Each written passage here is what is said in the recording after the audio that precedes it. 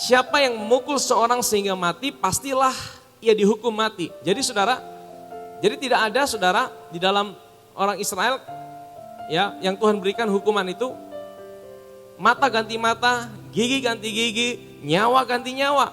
Jadi kalau hukuman seseorang memukul sampai mati atau dengan kata lain dia membunuh, ya kan? Tidak ada istilahnya hukuman berapa tahun, tidak ada saudara. Tidak ada hukuman kurungan berapa tahun.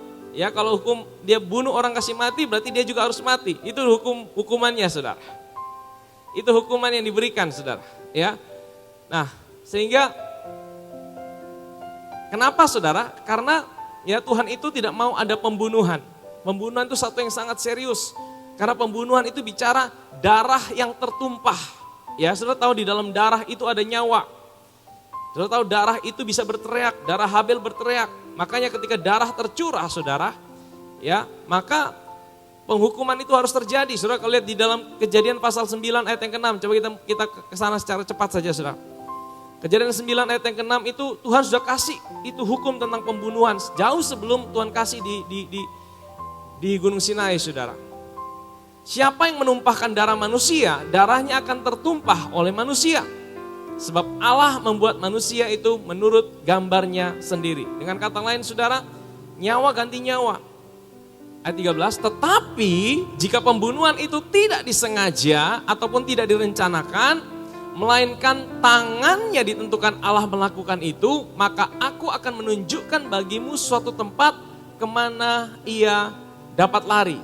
Ya, jadi ada satu pembunuhan kategori berikutnya itu pembunuhan yang tidak direncanakan atau tidak sengaja. Contoh, pada waktu dia sedang potong pohon pakai kapak. Dia potong pohon gini tiba-tiba dia punya mata kapak itu lepas. Ada orang yang berdiri dekat sana tiba-tiba kena itu mata kapak dan langsung orang itu mati. Itu juga terjadi pembunuhan. Tapi pembunuhan itu adalah pembunuhan yang tidak disengaja saudara. Ya, pembunuhan yang tidak disengaja. Nah, firman Tuhan berkata, kalau terjadi pembunuhan yang seperti itu yang tidak disengaja, dia tidak punya sebuah maksud untuk membunuh, tapi kemudian terjadi seperti itu, maka ada sebuah pengecualian. Pengecualiannya adalah, firman Tuhan katakan apa? Maka aku, kata Tuhan, akan menunjukkan bagimu suatu tempat. Katakan suatu tempat. Kemana ia dapat lari. Ya, nah hari ini saya akan bicara tentang tempat itu saudara. Tempat di mana ada kota perlindungan, di mana orang-orang yang membunuh secara tidak sengaja itu dapat lari saudara. Kita melihat ini, saya akan bawa kita melihat dulu. Nanti saya akan lihat aplikasinya buat kita hari ini dan apa artinya buat kita hari ini. Dan kita akan melihat keindahan daripada karya Kristus di balik kisah ini saudara.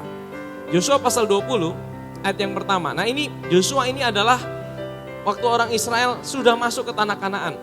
Jadi saudara tahu bahwa ya tadi itu di dalam kitab Keluaran Tuhan udah siapkan dulu hukumnya dulu. Tuhan udah siapkan hukumnya dulu sebelum mereka masuk ke dalam tanah Kanaan. Tuhan udah kasih tahu nih hukumnya seperti ini. Ya, dan waktu Yosua masuk sebenarnya ada beberapa pasal yang diulangi lagi. Yosua pasal 20 ayat yang pertama. Berfirmanlah Tuhan kepada Yosua demikian, katakanlah kepada orang Israel begini, tentukanlah bagimu kota-kota perlindungan yang telah kusebutkan kepadamu dengan perantaran Musa. Itu yang tadi di kitab Keluaran tadi ya. Supaya siapa yang membunuh seseorang dengan tidak sengaja, dengan tidak ada niat terlebih dahulu, dapat melarikan diri ke sana, sehingga kota-kota itu menjadi tempat perlindungan bagimu terhadap penuntut tebusan darah. Ya, penuntut tebusan darah itu siapa? Itu sanak keluarga daripada orang yang mati itu saudara. Jadi saudara, sanak keluarga daripada orang yang mati secara tidak sengaja maupun sengaja, itu hukumnya adalah legal. Mereka boleh ketemu dengan orang yang membunuh itu, dan mereka boleh punya hak untuk membalaskan pembunuhan itu. Mereka boleh membunuh orang yang membunuh itu, dan itu tidak ada hukumannya buat mereka. Mereka sah itu saudara.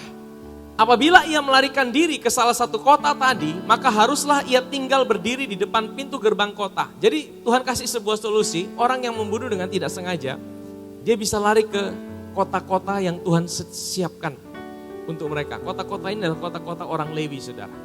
Apabila penuntut tebusan darah itu mengejar dia, pembunuh itu tidak akan diserahkan mereka ke dalam tangannya, sebab ia telah membunuh sesamanya manusia dengan tidak ada niat terlebih dahulu dan tidak menaruh benci kepadanya terlebih dahulu. Artinya dia tidak ada niat untuk bunuh, tapi karena kecelakaan, karena kejadian tiba-tiba mati. Contoh hari ini juga kita bawa mobil, ya kan? Atau naik motor. Kita bawa mobil juga kita tidak ada niat mau tabrak orang. Nah, kalau kita sempat tertidur bawa mobil terus kena orang, tabrak orang, itu pembunuhan yang tidak disengaja. Betul tidak, saudara? Tapi tetap ada orang yang mati. Nah, zaman dahulu, saudara, orang-orang yang melakukan pembunuhan tidak sengaja ini dia boleh lari ke kota perlindungan. Nah, di kota perlindungan itu, saudara, dia harus ketemu dengan tua-tua dan tua-tua itu harus terima dia masuk dulu. Waktu orang itu masuk di dalam kota perlindungan itu, saudara, membunuh saudara daripada orang yang dibunuh itu, kejar mereka. Begitu dia sampai di kota perlindungan, dia tidak boleh masuk. Dia tidak punya hak untuk bisa menuntut orang yang membunuh tadi, saudara. Jadi orang yang membunuh itu, dia ada dalam kota itu, dia aman, saudara. Dia aman, saudara. Dia aman, saudara. Kota perlindungan itu hari ini bicara tentang seorang pribadi. Namanya siapa? Namanya siapa? Nama Yesus. Kota perlindungan hari ini bukan lagi sebuah tempat. Kota perlindungan hari ini bukan lagi sebuah daerah. Kota perlindungan bagi kita hari ini adalah seorang pribadi. Namanya Yesus Kristus Tuhan. Amin, saudara. Ia harus tetap diam di kota itu sampai ia dihadapkan kepada rapat jemaah untuk diadili sampai imam besar yang ada pada waktu itu mati. Maka barulah pembunuh itu boleh pulang ke kotanya dan ke rumahnya, ke kota di mana ia melarikan diri. Jadi saudara, dia harus tinggal di kota itu.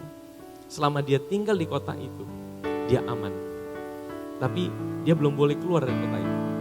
Jadi kalau tiba-tiba dia keluar dari kota itu, imam besarnya masih hidup, orang yang keluarganya ingat, dia udah keluar dari kota, dikejar di jalan, dibunuh, itu sah, legal. Ya, saya bisa paham sampai sini. Tapi kalau dia tetap ada di kota itu, saudara, saudara daripada orang yang dibunuh tidak boleh kejar dia. Dia aman di dalam kota itu, saudara. Sampai imam besar itu mati. Imam besar yang ada di Israel itu mati, baru dia boleh kembali ke rumahnya, saudara. Ya, baru dia boleh kembali ke rumahnya. Nah, saudara tahu, saya akan bahas bagi kita hari ini, saudara. Ada berapa kota perlindungan yang disiapkan buat orang Israel. Lalu orang Israel mengususkan sebagai kota perlindungan Kades di Galilea, di pegunungan Naftali, Sikem, di pegunungan Efraim, Kiryat Arba, itulah Hebron, di pegunungan Yehuda. Terus kemudian di sungai Yordan, di sebelah timur Yeriko, mereka menentukan Bezer di padang gurun, di dataran tinggi dari suku Ruben, dan Ramot di Gilead dari suku Gad, dan Golan di Basan dari suku Manasye. Itulah kota-kota yang ditetapkan bagi semua orang Israel dan bagi pendatang-pendatang yang ada di tengah-tengah mereka, supaya setiap orang yang membunuh seorang dengan tidak sengaja dapat melarikan diri ke sana dan jangan mati dibunuh oleh tangan penuntut tebusan darah sebelum ia dihadapkan kepada rapat jemaah. Saudara, inilah kota perlindungan yang ada di Israel, saudara. Di tengah yang warna biru itu adalah sungai Yordan. Ya, Israel itu dibagi dua, timur dan barat. Nah, di bagian sisi sebelah barat itu ada 3 kota perlindungan. Jadi kota perlindungan itu adalah kotanya orang Lewi. Orang Lewi itu tidak dapat tanah pusaka, tapi dia dapat bagian ada 48 kota. Nah, coba baca, itu dibagi sama Tuhan di 48 kota yang tersebar di seluruh tanah Israel. Dia tidak punya daerah sendiri, tapi di setiap daerah, di setiap suku, orang Lewi itu punya tanah yang dikhususkan buat mereka. Ada 48 kota. Dan dari 48 kota ada 6 kota yang terbesar yang dikhususkan buat orang Lewi. Dan itu adalah kota perlindungan, saudara. 3 di sisi kiri Sungai Yordan, 3 di sisi kanan Sungai Yordan. Ya, nah saudara tahu ini gambaran dari apa? Kenapa harus 6? Kenapa harus 6? Ya, dan saudara tahu jalan untuk ke kota perlindungan itu adalah jalan yang dibuat harus jalan yang besar, tidak boleh jalan tikus, saudara. Saudara tahu jalan tikus? Kalau saudara disuruh pergi ke rumah itu, mana? Nanti sampai itu belok kiri, masuk gang kiri, belok kanan, masuk lagi lurus terus. Akhirnya tidak ketemu, saudara. Bingung. Tapi jalan untuk ke kota perlindungan itu harus jalan yang besar. Kalau hari ini mungkin jalan tol, saudara. Dan saudara harus ada petunjuk jalan yang jelas di situ. Maksudnya apa? Supaya mempermudah orang yang tidak sengaja untuk membunuh itu untuk dapat menemukan kota perlindungan. Saudara, ini gambaran yang indah, saudara. Keselamatan itu tidak susah, saudara. Saudara cukup buka hati, saudara, dan percaya pada Yesus. Firman Tuhan berkata, engkau diselamatkan. Amin, saudara. Keselamatan itu bukan perjuangan saudara. Keselamatan itu 100% anugerah dari apa yang Yesus kerjakan di atas kayu salib buat hidup saudara dan saya.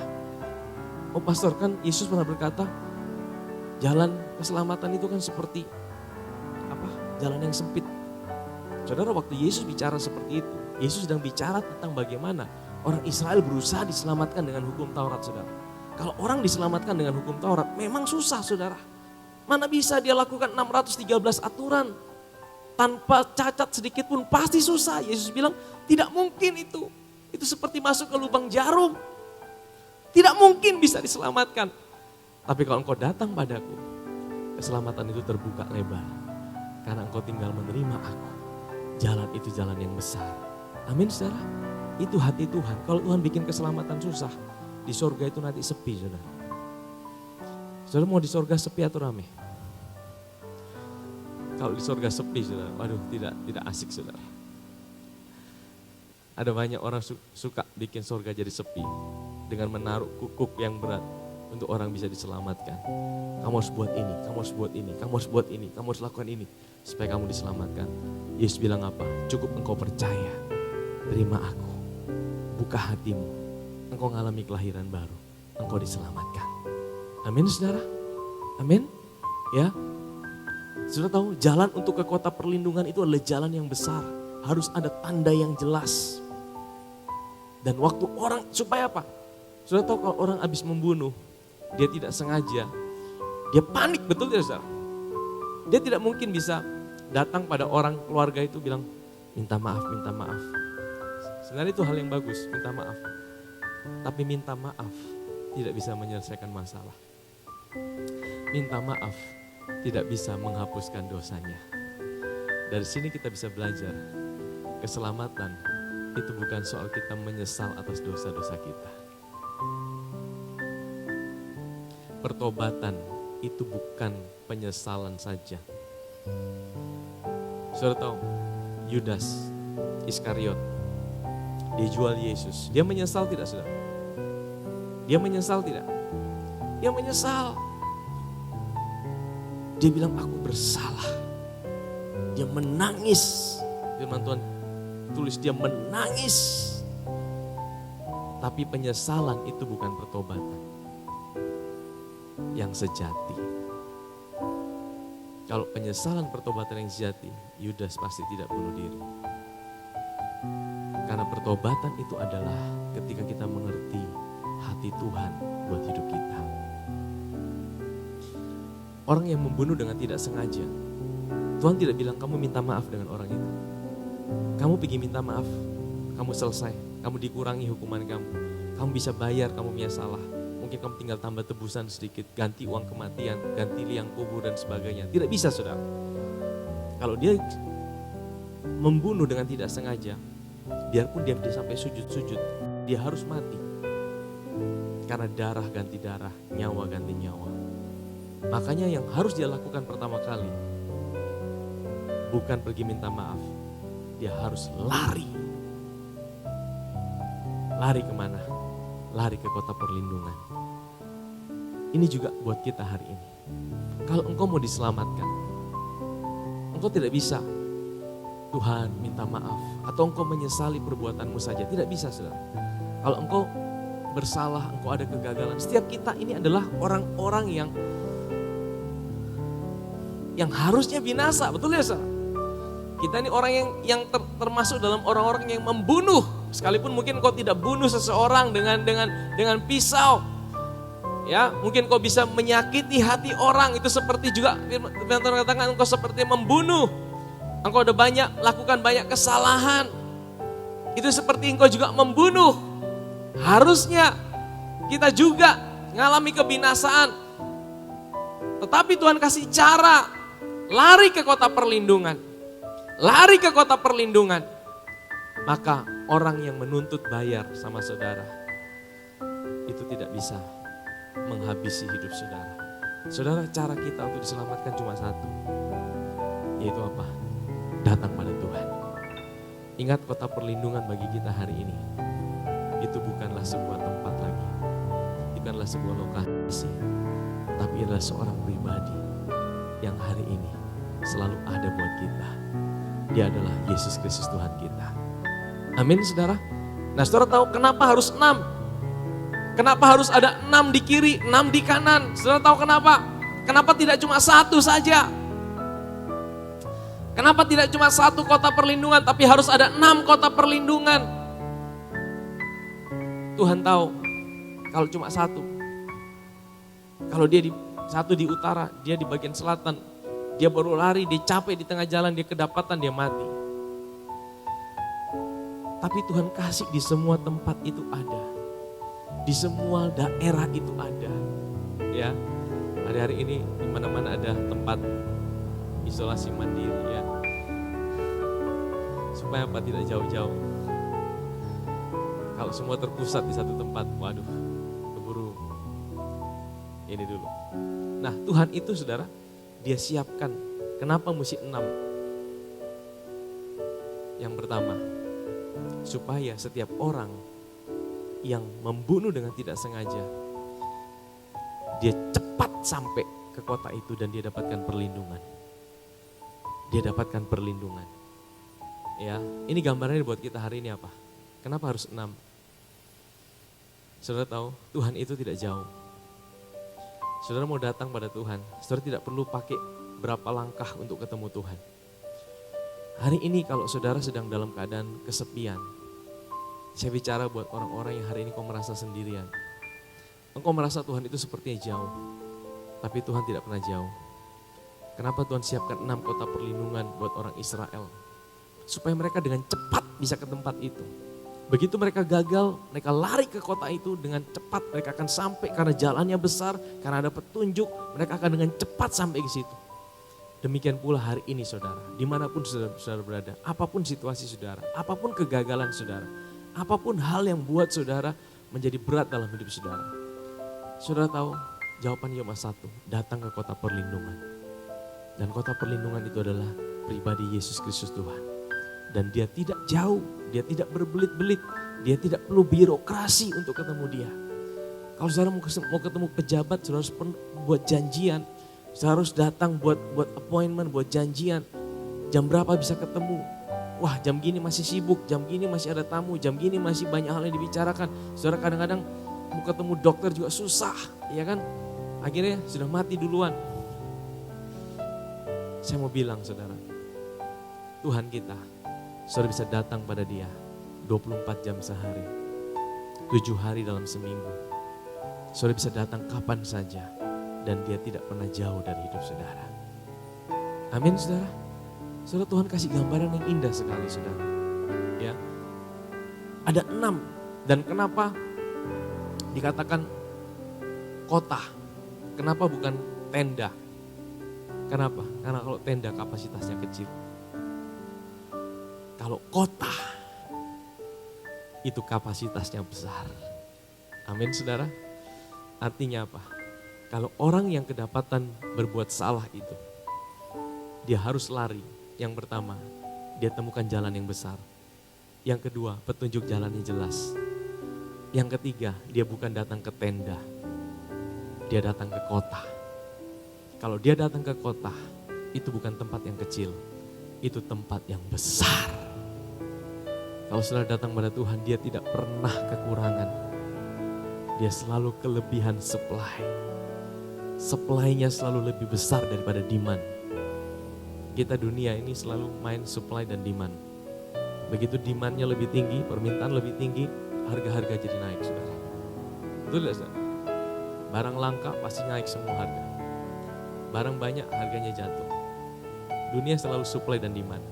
Tapi dalam kerajaan surga, supply selalu lebih besar, jauh lebih besar daripada demand. Amin, saudara. Penyediaan Tuhan itu selalu jauh lebih besar daripada kebutuhan saudara dan saya.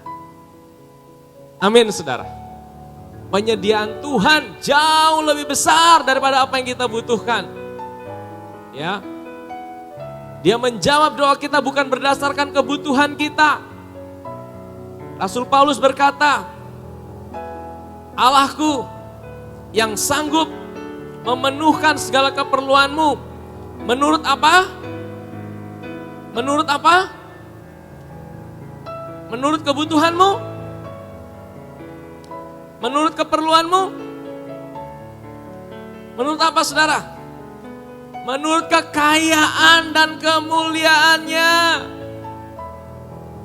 Tuhan kita adalah Tuhan yang oversupply.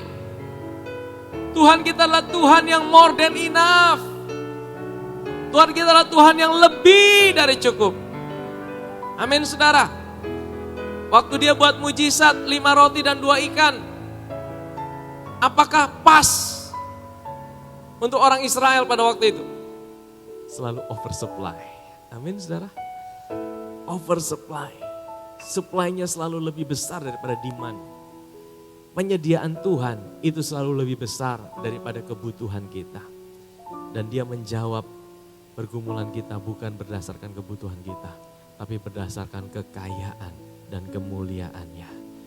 Amin, saudara. Ya. Dan saudara tahu, hal yang buat saya kagum ada gini, saudara. Tuhan itu bukan orang Israel, baru kejadian ada pembunuhan, baru dia suruh siapkan kota-kota perlindungan. Tuhan itu bukan nanti ada kejadian pembunuhan, baru Tuhan sibuk cari jawaban. Tahukah saudara, Tuhan udah siapkan itu bahkan sebelum mereka masuk ke tanah Kanaan. Di Keluaran 21 tadi, mereka baru di Gunung Sinai, mereka baru keluar dari Mesir. Dan hukum itu baru diterapkan nanti mereka sampai di tanah perjanjian. Yosua yang akan siapkan itu kota-kota. Tapi Tuhan udah siapkan jauh-jauh hari. Nanti ya, Tuhan bilang, kalau kamu ada yang membunuh tidak sengaja, aku siapkan kota-kota perlindungan. Ini gambaran yang indah buat kita apa, saudara? Keselamatan itu bukan Tuhan siapkan waktu kita butuh, saudara. Bukan waktu kita sedang mengalami masalah baru dia kasih keselamatan. Tuhan tuh kasih jawaban bahkan sebelum kita mengalami persoalan. Amin, saudara. Tahukah saudara, sebelum dunia dijadikan, firman Tuhan katakan, saudara dan saya itu sudah ditaruh di dalam Kristus.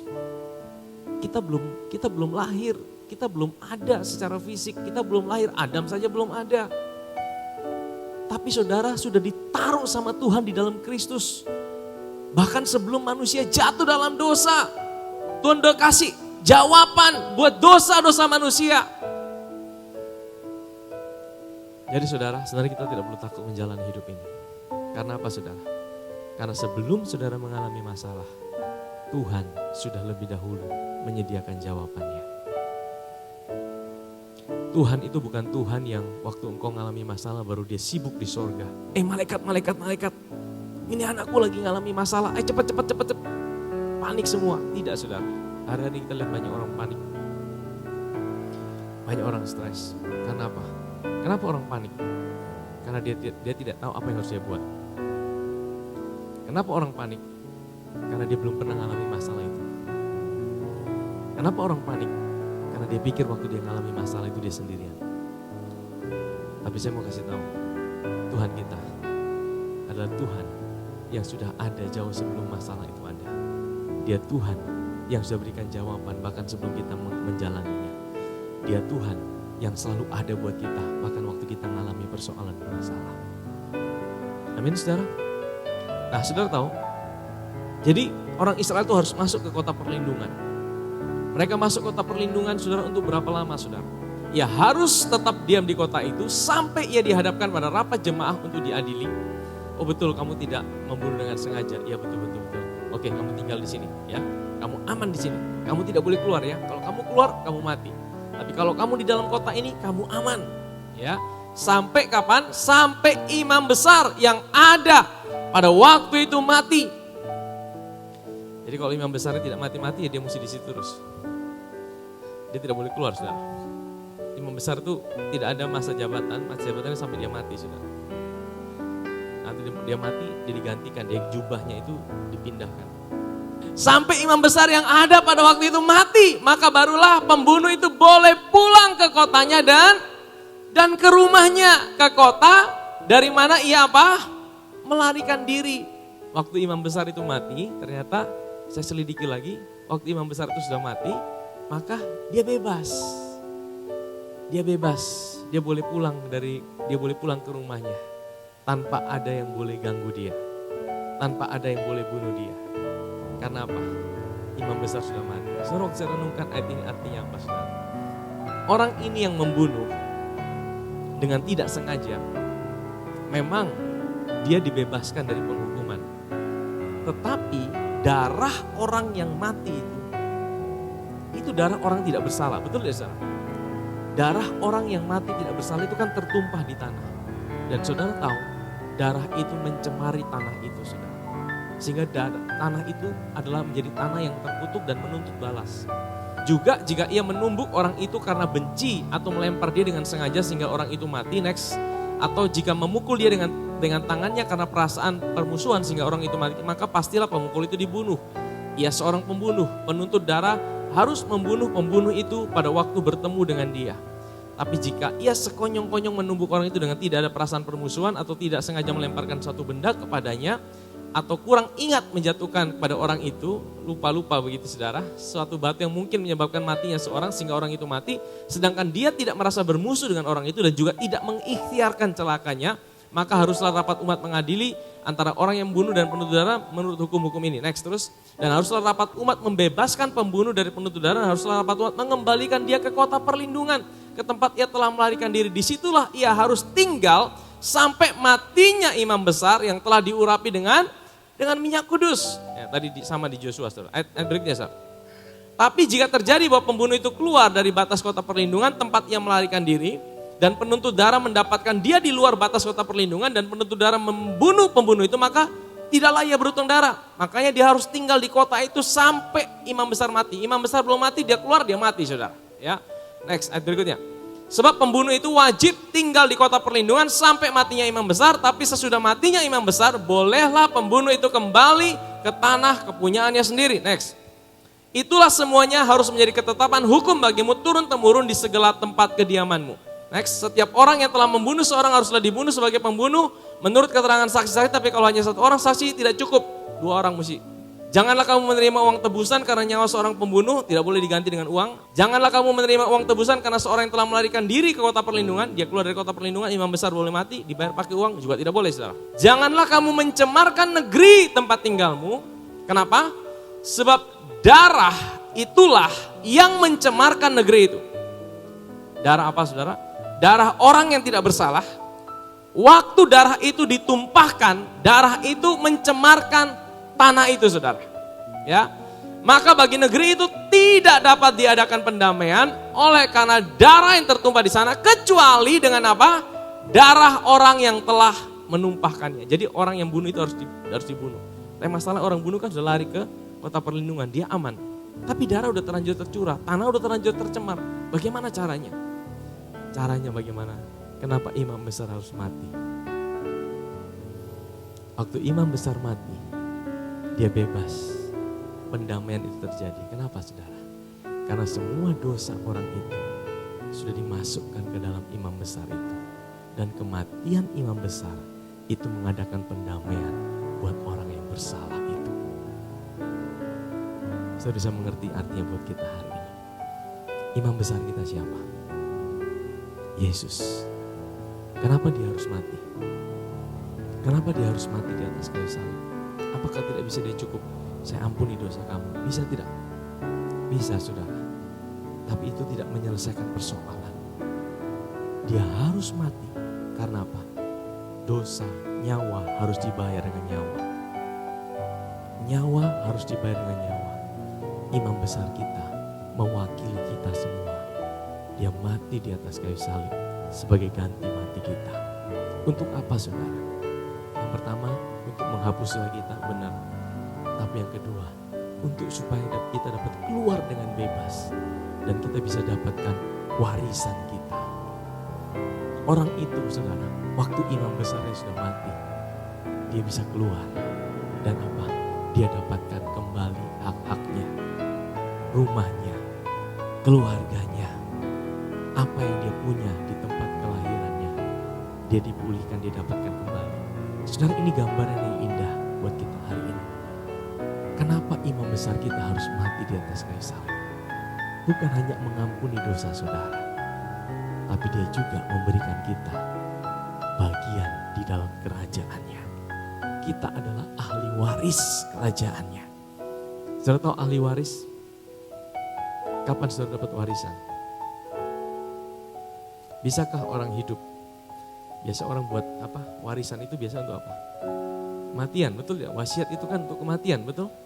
Kalau dia kasih warisan, itu artinya harusnya dia sudah mati baru warisannya bisa cair, betul ya saudara? Jadi warisan kita juga bisa cair. Waktu imam besar kita mati di atas kayu salib. Amin saudara? Dan kita memperoleh warisan, kita memperoleh bagian di dalam kerajaannya. Bukan dari apa yang kita kerjakan, tapi oleh apa yang Yesus sudah kerjakan. Amin saudara. Sebenarnya kita bersyukur bahwa kita punya kota perlindungan. Kita punya imam besar. Saya akan tunjukkan sebagai bagian terakhir saudara. 6 kota perlindungan ini punya arti saudara. Saya mencatat ada 6 nama. Yang pertama Kades. Kades itu dalam akar katanya kudus. Ya, saudara tahu waktu saudara masuk kota perlindungan, saudara adalah orang-orang yang dikuduskan oleh Dia. Amin saudara, kita tidak bisa kuduskan diri kita sendiri. Kekudusan kita itu karena kita ditaruh di dalam Kristus. Amin saudara. Yang kedua, Sikem. Sikem, ya. Sikem di pegunungan Efraim. Sikem itu artinya apa? Sikem itu artinya bahu. Waktu saya ingat bahu ini ada 2 hal. Yang pertama, lambang pemerintahan ada di atas bahunya. Saudara diberi hikmat untuk bisa memerintah, mengatur, memanage hidup saudara. Yang kedua, bahu ini juga bicara apa? Bahu ini adalah tempat di mana Tuhan angkat hidup saudara. Ingat waktu ada domba yang hilang, ingat kisah itu? Yesus pernah cerita, ada satu domba hilang, Yesus pergi, ada seorang gembala, dia pergi cari itu domba. Dan dia angkat itu domba, dia taruh di mana? Di atas bahunya. Ini gambaran tempat-tempat kita diangkat sama Tuhan. Ya. Yang berikutnya, Hebron. Hebron itu melambangkan persekutuan. Kiryat Arba itulah Hebron. Hebron itu dalam artinya adalah fellowship, persekutuan. Hari ini saudara dalam kota perlindungan, saudara punya persekutuan dengan Dia. Hidup yang kekal itu apa? Waktu saudara punya hubungan dengan Bapa di sorga. Amin saudara.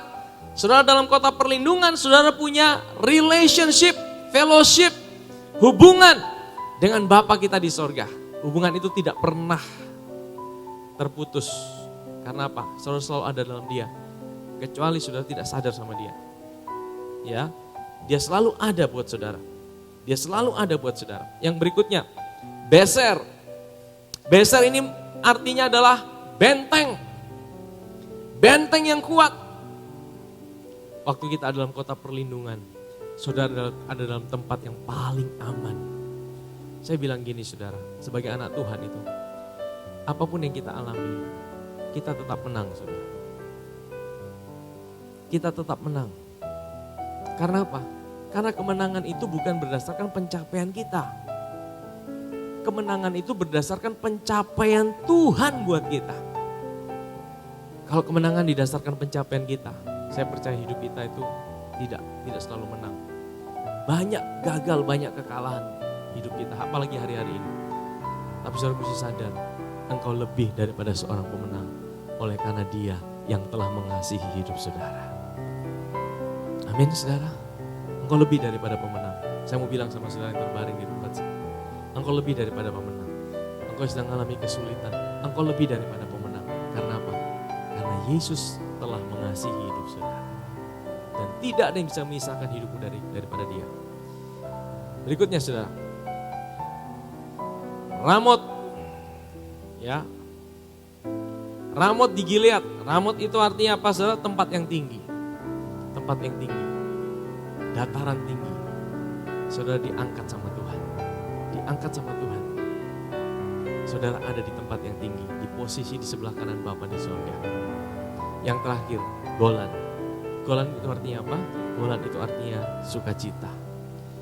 Saudara, waktu saudara ada dalam kota perlindungan, Tuhan mau saudara bersukacita. Bersukacita bukan karena situasimu selalu baik-baik saja.